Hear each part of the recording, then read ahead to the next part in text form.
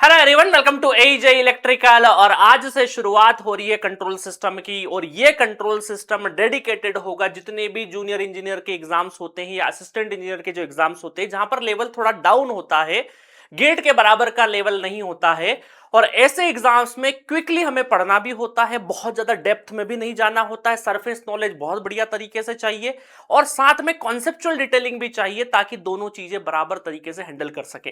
देखिए गाइस, पिछले कुछ सालों में पैटर्न चेंज हुआ है। बहुत बार ये होता था कि पिछले 2 साल को छोड़ दे, अगर 2 साल पहले के जितने भी जेई के एग्जाम्स वगैरह होते थे, वहां पर कंट्रोल सिस्टम बहुत ज्यादा क्वेश्चन नहीं पूछे जाते थे।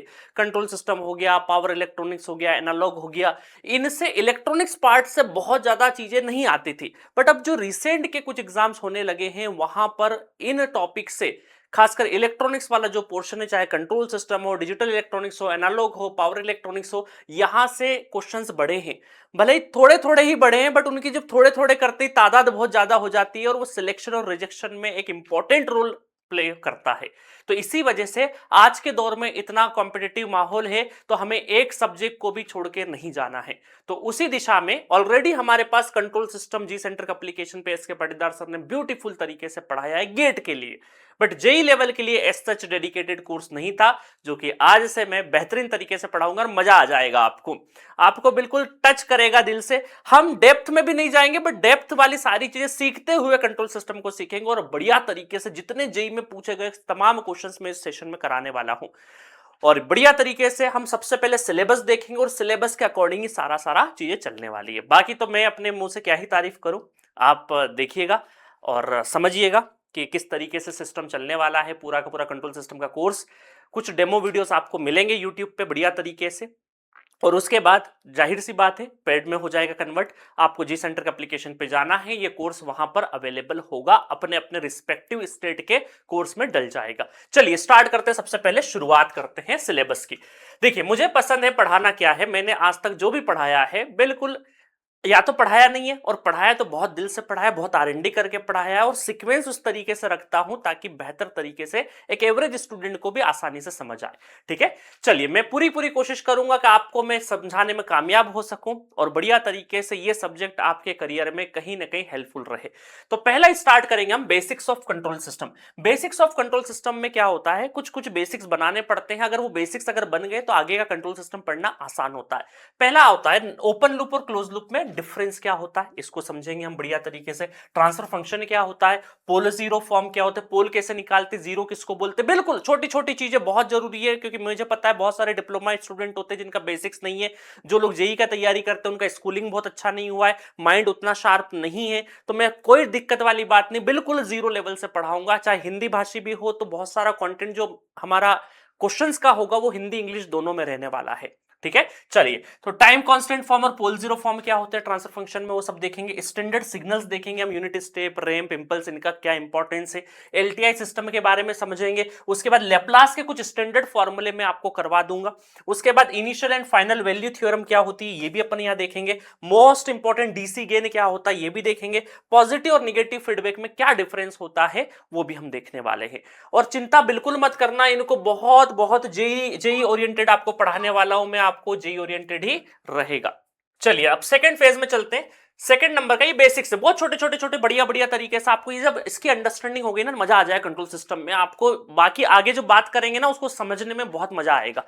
उसके बाद अपन चलेंगे मैथमेटिकल मॉडलिंग पे। देखिए वैसे तो मैथमेटिकल मॉडलिंग थोड़ा डेप्थ में जा सकते हैं, बट अपन नहीं जाएंगे। अपने को जितनी जरूरत होगी जेई लेवल पे उसमें जाएंगे, क्योंकि यहां से डायरेक्टली वन लाइनर क्वेश्चंस आते हैं अपने को मैथमेटिकल मॉडलिंग से, इसको भी नहीं छोड़ेंगे। Block diagram and SFG, block diagram के कुछ प्रॉपर्टीज है, वहां पर क्वेश्चन पूछते हैं। बहुत कॉम्प्लेक्स सर्किट आपसे नहीं पूछेंगे, बहुत कॉम्प्लेक्स ब्लॉक डायग्राम नहीं सॉल्व करवाएंगे, बट छोटी छोटी जो प्रॉपर्टी बेस्ड है एक दो स्टेप के क्वेश्चन आ सकते हैं। एसएफजी वन ऑफ द इंपॉर्टेंट है। तो इन दोनों टेक्निक से अपन ट्रांसफर फंक्शन पता करने की कोशिश करेंगे। उसके बाद अपन आएंगे टाइम डोमेन एनालिसिस में। टाइम डोमेन एनालिसिस क्या होता है भाई, किसी भी सिस्टम की हम स्टेट देखते हैं, उसकी ट्रांजिएंट स्टेट क्या है और स्टेडी स्टेट क्या है। तो ट्रांजिएंट और स्टेडी स्टेट दोनों हम देखेंगे। तो ट्रांजिएंट में हम delay time, rise time, peak time, settling time, peak, overshoot, ये सब के सब हम यहां देखने वाले हैं। स्टडी स्टेट का मतलब है कि हम स्टडी स्टेट, जब आपका सिस्टम जो रिस्पॉन्स है वो जब स्टडी स्टेट पे पहुंच जाएगा, मतलब टी इक्वल टू इनफाइनाइट पे पहुंच जाएगा, उस टाइम पर रिस्पॉन्स में एरर कितनी है। तो यह एक फेमस चीज है, स्टडी स्टेट एरर, ESS से डिनोट करते हैं, इसको हम देखेंगे। उसके बाद स्टेबिलिटी में आएंगे हम लोग। स्टेबिलिटी में RH क्राइटेरिया जो कि मैथमेटिकल होता है और ग्राफिकल पैटर्न होता है रूट लोकस, इन दोनों की हेल्प से अपन स्टेबिलिटी पे कमेंट करेंगे कि भाई हमारा सिस्टम डिस्टर्बेंस के बाद में कितना स्टेबल है। भाई what is the stability? Stability की डेफिनेशन क्या होती है? भाई किसी एक पॉइंट पर वर्क कर रहा था आपका सिस्टम, कुछ भी डिस्टर्बेंस की वजह से P से Q पे गया, तो उसमें कितनी ability to regain its original point, ability to regain its original state, that is called stability, है ना। जैसे हम 10th क्लास का परीक्षा दिए, दो बच्चे परीक्षा दिए, एक बच्चा फेल होकर पढ़ाई छोड़ दिया, एक बच्चे ने फेल होकर ठीक है 1 साल और रिपीट करके वापस 10वीं पास कर ली। तो सेकंड जो जिसने 10वीं पास कर ली वो स्टेबल सिस्टम हो गया, जो फेल हो गया वो अनस्टेबल हो गया, है ना। तो regain, ability to regain its original operating point, disturbance तो होगा बट कितनी अच्छी एबिलिटी है उस हिसाब से स्टेबिलिटी डिफाइन होती है। क्लियर है? चलो, तो यहां तक यह हो गया पूरा का पूरा टाइम डोमेन का एनालिसिस, है ना। ये स्टेबिलिटी भी अपन टाइम डोमेन में देखते हैं ज्यादातर। उसके बाद अब देखो, उसके बाद स्टार्ट होता है फ्रीक्वेंसी डोमेन। क्या होता है फ्रीक्वेंसी डोमेन?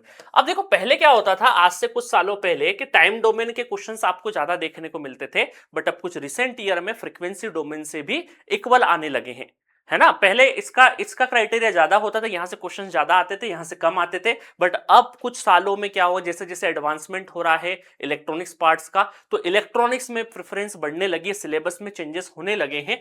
तो यहां पर भी अब आपको देखने को मिलेगा कि इधर से भी क्वेश्चन ठीक ठाक पूछे जाते हैं, लगभग बराबर रेशो हो गया। तो कई सारे स्टूडेंट टाइम डोमेन पढ़ के चले जाते हैं, फ्रीक्वेंसी डोमेन पढ़ते ही नहीं है। तो आपको ऐसा नहीं करना है। वैसे अपन शॉर्ट में पढ़ेंगे सारी चीजें और मजेदार तरीके से पढ़ेंगे, छूटेगा कुछ भी नहीं, छूटेगा कुछ भी नहीं, गारंटीड है। और ऐसा समझ में आएगा कि जिंदगी में दूसरी बार कंट्रोल सिस्टम पढ़ने की जरूरत नहीं पड़ेगी।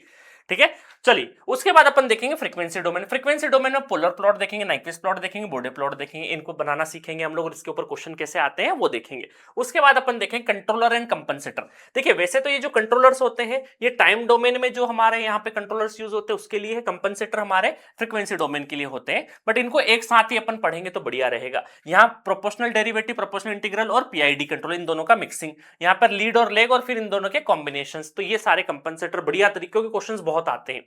इनको चाहते तो अपन यहां भी पढ़ा सकते थे, बट ये पूरा नॉलेज लेने के बाद जब पढ़ोगे ना इसको, तो थोड़ा सा वहां पर चीजों को अच्छे से रिलेट कर पाओगे। ठीक है, उसके बाद अपन देखेंगे स्टेट स्पेस एनालिसिस। देखिए यहां पर ये जो पार्ट है, समझना, ये जो पोर्शन है स्टेट स्पेस एनालिसिस, है ना।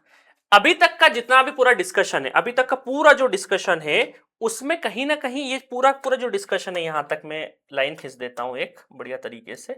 ये जितना भी पूरा अभी तक का डिस्कशन है, 7th नंबर तक का पूरा सिलेबस, यहां पर सिंगल इनपुट और सिंगल आउटपुट, सिंगल इनपुट और सिंगल आउटपुट पे होता है। मतलब इनपुट एक ही रहेगा और आउटपुट भी एक ही रहेगा। Single input at a time, single input single output ही रहेगा। और साथ में इनिशियल कंडीशन क्या रहती है? इनिशियल कंडीशन 0 मानते हैं अपन, इनिशियल कंडीशन 0 मानते हैं। जैसे अगर ट्रांसफर फंक्शन की डेफिनेशन भी मैं लिखवाऊंगा ना आगे चल के, तो आउटपुट अपन इनपुट नहीं होती है, वहां पर साथ में ये बोलना जरूरी है कि इनिशियल कंडीशन शुड बी या एज्यूम टू बी 0, है ना। क्या होती है इनिशियल कंडीशन, अभी अपन जब पढ़ेंगे तब समझेंगे।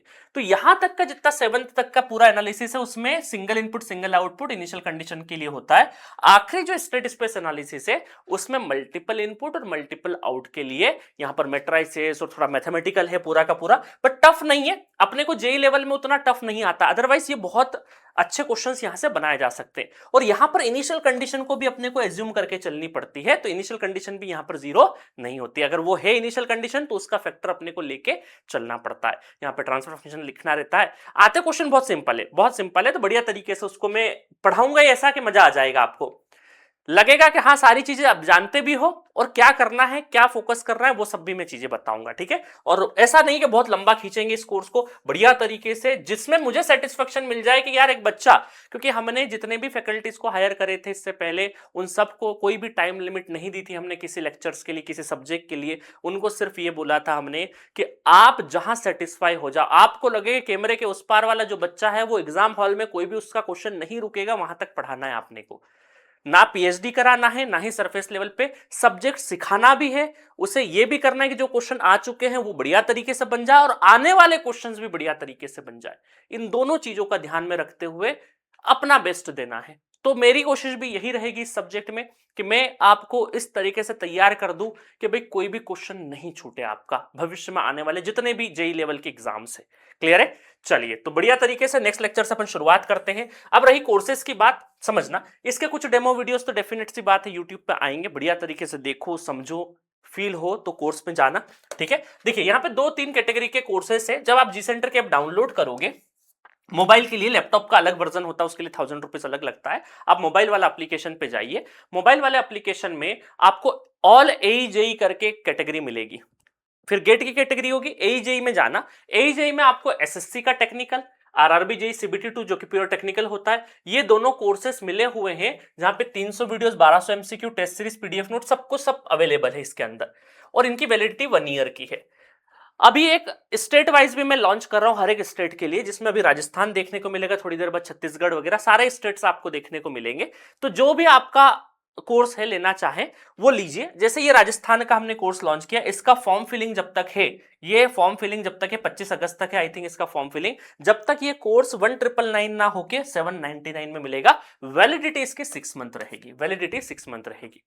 ठीक है, अब मेरे पास बहुत सारे बच्चे ऐसे हैं कि जिसको एसएससी का और आरआरबी का भी कोर्स ले रखा है, जिन लोगों ने, उनको ये स्टेट वाले कोर्स लेने की आवश्यकता नहीं है, उनके अंदर ऑटोमेटिक ऐड हो जाएगा, ये वाला कोर्स ऑटोमेटिक इन दोनों के अंदर ऐड हो जाएगा, क्योंकि ये दोनों की वैलिडिटी हम लोगों ने 1 ईयर रखी है, 1 ईयर, दोनों ही सेंट्रल गवर्नमेंट के जॉब है।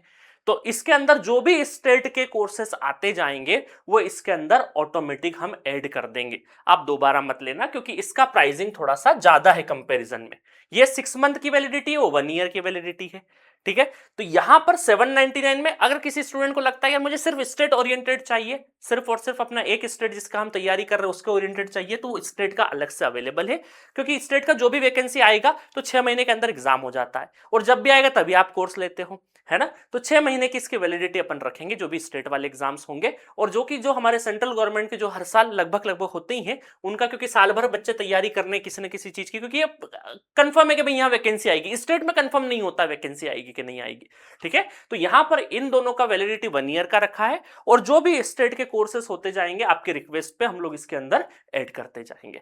तो आपके ऊपर डिसीजन है भाई आपको ये कोर्स लेना है। देखो ये कोर्स ले लोगे तो इसके अंदर सब कुछ हो जाएगा, आरआरबी भी हो जाएगा, सारा चीज हो जाएगा। स्ट्रेट का लेना है तो वो थोड़ा सस्ता पड़ेगा, 6 महीने ही पढ़ना है आपको, तो ये आपका डिसीजन है। क्लियर है? तो चलिए बढ़िया तरीके से अगले लेक्चर से कंट्रोल सिस्टम की यात्रा चालू करेंगे हम लोग, और पहले करेंगे हम लोग basics of control system. Okay, thank you so much.